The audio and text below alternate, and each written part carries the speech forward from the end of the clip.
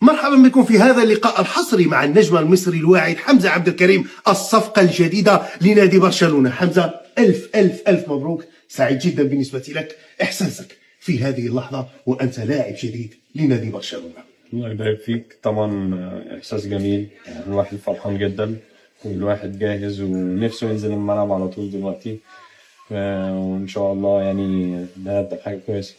ما هو طموحك في هذه التجربة؟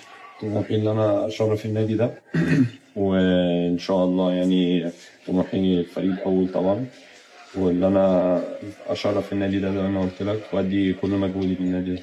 كما تعلم الجماهير المصرية العربية، جماهير برشلونة سعيدة جدا لك، رسالة لها. أنا سعيد برضو طبعا، وإن شاء الله أوعدهم إن أنا أدي كل جهدي للنادي ده.